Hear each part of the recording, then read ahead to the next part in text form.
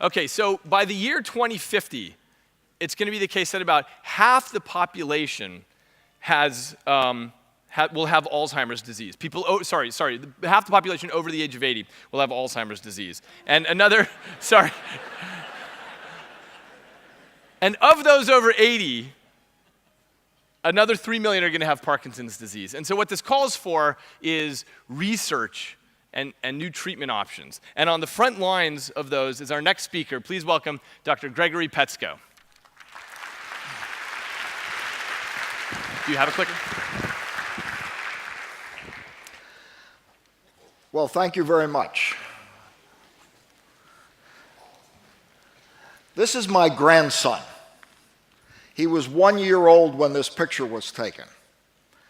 And that's his great-grandfather, who was 87 years old when this picture was taken. I barely knew my grandparents, but most children born today have a really good chance of knowing one or more of their great-grandparents.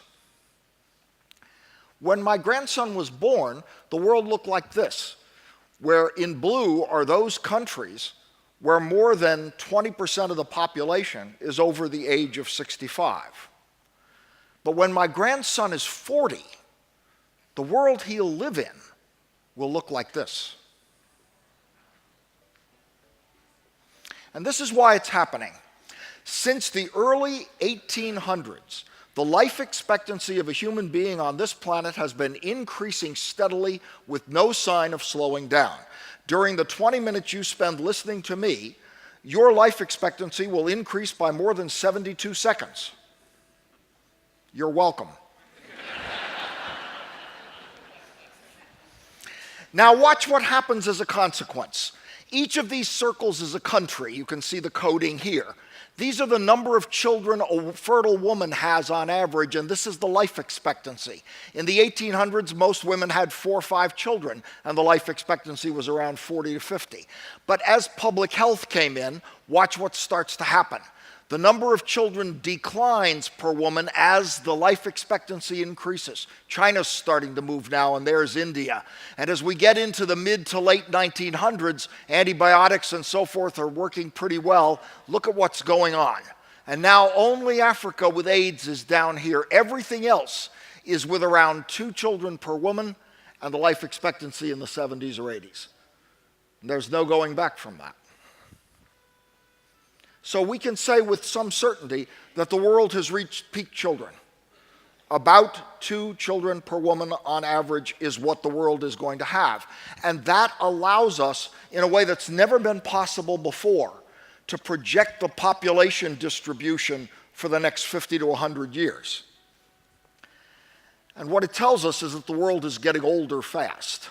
When I was born, there were around 1.7 million people over the age of 80. When my grandson was born, there were about 11 million people over the age of 80. When my grandson's 40, there'll be 32 million people over the age of 80. And as you heard, about 15 million of those will have Alzheimer's disease, and another 3 million or so will have Parkinson's disease. You'll see why that's true in a second. But that's a staggering number.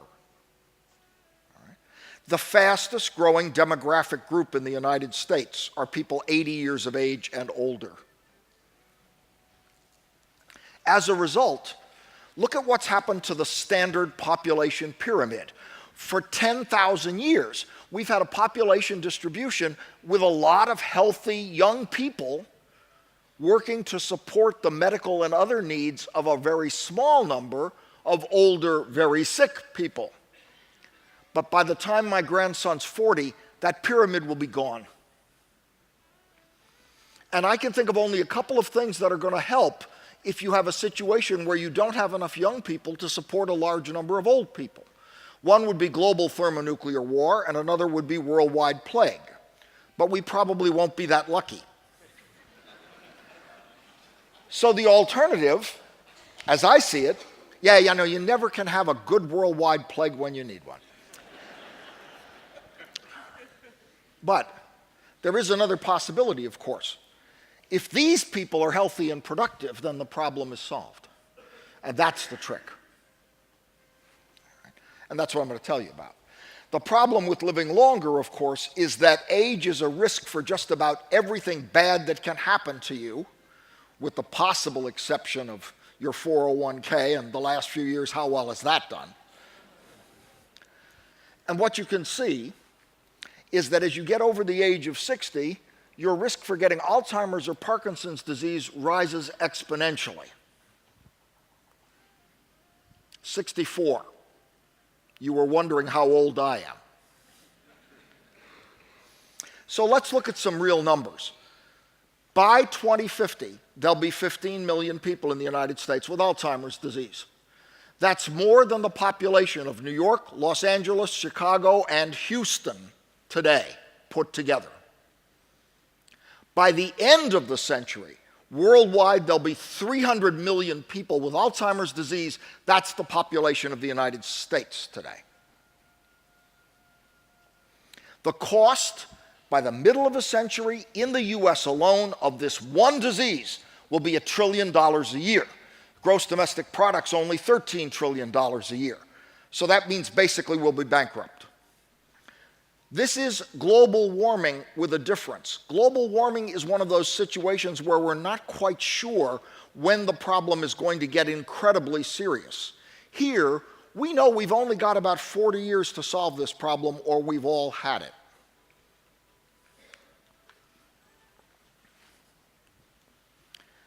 Now, let me show you a few things about Alzheimer's disease. On this particular picture, there are two people with Alzheimer's disease. See if you can find them. Did you spot them? There's one, and there's the other. She's 54. Alzheimer's disease is a disease of aging, but it is not exclusively a disease of the aged. In the United States today, there are 100,000 people under the age of 60 with Alzheimer's disease. So if what I've told you sounds like an asteroid about to hit the Earth's surface in a predictable period of time and cause widespread damage, that's exactly how I think of it. And so you would expect a hue and cry of similar proportions that something be done about this. And yet, if you think about it, I think you'll agree with me that that hue and cry is strikingly absent. I'll speculate about why that's true in a moment. But before we do, let me take advantage of this opportunity to teach you a little science and to show you what some of us are trying to do about this problem in terms of diffusing the asteroid before it gets here. So, what causes Alzheimer's disease? When Alzheimer looked at the brain of the first person ever known to die of this disease, a woman named Auguste Deter, who, by the way, was 53 when she died, he found two things in the brain, and the brain gets ravaged pretty significantly by this disease. He found what are called plaques and what are called tangles. And these are dense aggregates of misfolded protein. What do I mean by misfolded protein? Well, every gene in your body makes a protein. There are tens of thousands of different proteins made in every cell in the body. Hemoglobin, for example, which carries oxygen around your blood, is a protein. But in order to function properly, proteins have to fold up properly, like an origami bird. And protein folding is a difficult process. It doesn't always work right. So sometimes the protein misfolds. And generally speaking, this is not a problem. Generally speaking, misfolded proteins are taken care of by quality control machinery in the body. But there are some proteins whose misfolding is very bad. It is impossible to get rid of, and it can accumulate and occasionally produce a toxic species.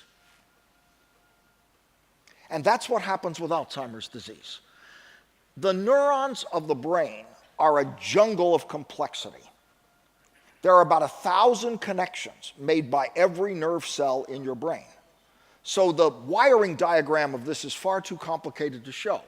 But we know that Alzheimer's disease doesn't hit the whole brain at once. It starts in focal regions and spreads along the connections that one neuron makes with another. And what that indicates is that there is a toxic substance that is being spread from one neuron to another. And here's a close-up to show you what I'm talking about. So I've stripped away most of the connections, but you can see the way this one neuron makes a number of connections with other neighboring neurons. And if you blew it up, you would see that those connections have an open space between them, and it is across that space that the toxic substance is thought to spread from one neuron to another. So what's the toxic substance? The toxic substance is a misfolded protein, all right? And it's actually specifically a piece of a protein. So protein is called APP, and this is a schematic representation of it. And what happens to APP occasionally is that it forms a fragment called A beta of itself. And that fragment is what forms the plaques and is believed to be the toxic species. The way that's done is another protein that behaves like the digestive proteins in your stomach makes a cut in APP. And that's accidental. It's not supposed to happen. And then a second digestive enzyme makes a second cut, and you end up with the A beta fragment. And we know that this is what's important for Alzheimer's disease for a very simple reason. There are a small number of families in Iceland and in Scandinavia who have a mutation in APP. Specifically, they have a mutation right here. And that mutation makes it harder for the scissors to cut. And those families never get Alzheimer's disease, no matter how long they live. So it is possible to prevent this disease if you have a way of preventing this process from happening. Some drug companies are trying to block the scissors, but the scissors have other normal functions in the body. So this is probably not a great strategy. Let me show you what we've decided to do. We looked at the question of where the scissors encounter the APP protein in the cell. And to do that, let me just give you a simple analogy. If you have garbage you're trying to get rid of, you put it in garbage bags, it gets picked up by the garbage truck, and the garbage truck could take it to two places. It could take it to the recycling bin, in which case you eventually will get to reuse your garbage, and that's a good thing. Or it might take it to the landfill. And if the landfill eventually overflows, you may end up with toxic waste. And this is, in fact, exactly what's going on in Alzheimer's disease. Your plastic bottles are the APP protein. And every once in a while, it gets packaged in bags called vesicles. And the packaged APP gets delivered to garbage trucks. And the garbage truck can take it to two places. One is a recycling bin, which in the cell is called a Golgi. And when it goes there, it gets recycled right back and reused, and that's a good thing. But every once in a while, the truck takes it to the landfill, which is an organelle in your cells called the lysosome, and it is along this route that APP encounters the scissors. So if you have too much of this and not enough of this, the plaques build up. And it turns out that as you get older, you begin to run out of people who know how to drive the garbage truck this way. They're not really people, they're actually proteins. Protein complex called the retromer complex. As the number of truck drivers goes down, traffic starts to go more through this direction, and this is what can happen. What we've done is to develop a drug that increases the number of truck drivers who know how to drive the truck to the recycling bin. It's called the retromer protein complex, and our drug increases its amount in the cell. And this routes the traffic in the less toxic direction. When we study this in mice and in neurons, it seems to be capable of reducing the level of this process by about 70%. And we think that's exciting enough to warrant trying to continue to develop it as a potential Alzheimer's drug.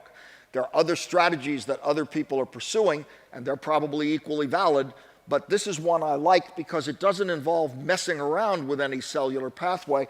We're just trying to restore traffic in the direction that it wants to go anyway. So we'll see what happens to this, but we're excited about it. It's a totally new development in Alzheimer's treatment. So you would think that given the excitement of the kinds of things I've been telling you, money would be flowing into Alzheimer's disease research, and you'd be wrong. Federal spending on Alzheimer's research is $0.6 billion, $600 million, with 500,000 people a year in the United States developing the disease. That is, however, 4 times less than the amount of money we spend on AIDS research for 1/10 of the number of cases. I'm not arguing we're spending too much money on AIDS research. What I'm arguing is we're not spending nearly enough on Alzheimer's. AIDS is a disease that is now treatable, and part of the reason it's now treatable is we've spent enough money on research. One of the reasons Alzheimer's is not a treatable disease is we're not spending enough money on research, which brings me back to the question that since the asteroid is heading in our direction, why isn't everybody screaming that we do more about it? And believe me, it's heading in our direction. During the last 10 years, deaths from most of the major causes have gone down, with the exception of Alzheimer's disease, where deaths have gone way up. So this is a problem that's serious. All right? The reason I think that nobody's clamoring to do more about this is, first of all, the Alzheimer's patients can't. And the caregivers, the family members, who you would expect to be able to clamor and do something about it, are so consumed with the cost emotionally, physically, right, financially, of caring for Alzheimer's patients that they're unable to lead the kind of momentum that the AIDS advocates did back in the 1990s. So this is the problem. The problem is the people who would be the most logical advocates for more being done about this disease are, in fact, not able to do so. The patients can't, and their caregivers can't. The human cost of this disease is what haunts me, what I keep wondering.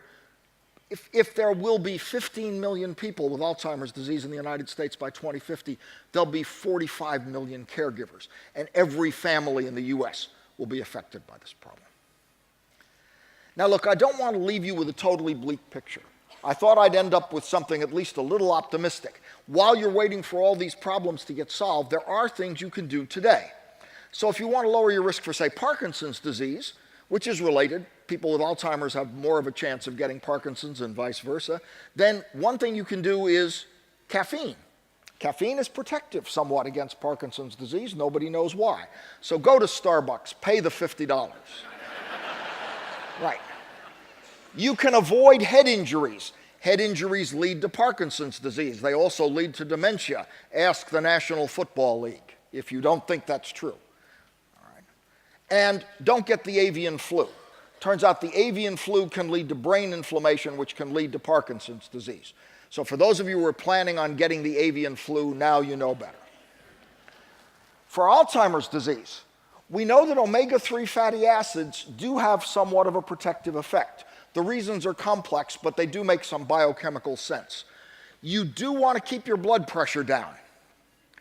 Chronic high blood pressure is the biggest single environmental risk factor for Alzheimer's disease. So if this is a problem for you, get it taken care of now.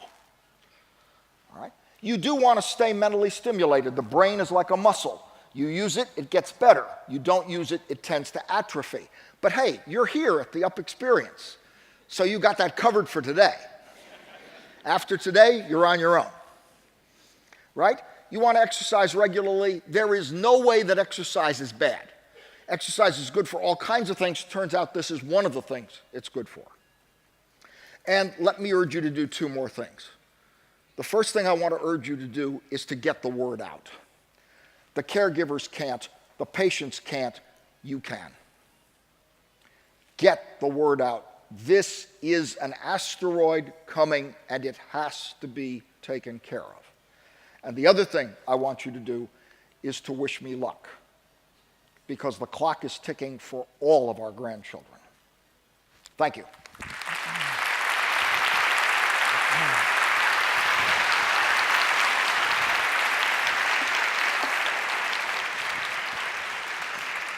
Dr. Petsko, could you say another word about cognitive fitness? I know that a lot of people are interested in this idea about keeping mentally stimulated, and the question is, can that stave off Alzheimer's, or does it merely give you reserves so that you have alternate ways of finding paths in the brain? Nobody knows for sure, but it's very clear that it does seem to be helpful. And there probably is a connection between cognitive fitness and Alzheimer's. You remember the mutation that I told you about that protected that small number of Scandinavian families from Alzheimer's disease? Well, it turns out they don't even suffer from mild cognitive impairment as they get older. So there must be a connection. Okay, and the other question is, if you were health policy czar right now, what would you do? I would start a funding program for the two major neurologic disorders, Alzheimer's and Parkinson's disease, and I'd probably throw in Lou Gehrig's disease because it's not much of an additional cost. And with a target of over a 5-year period, increasing the funding for research to about $2 billion a year.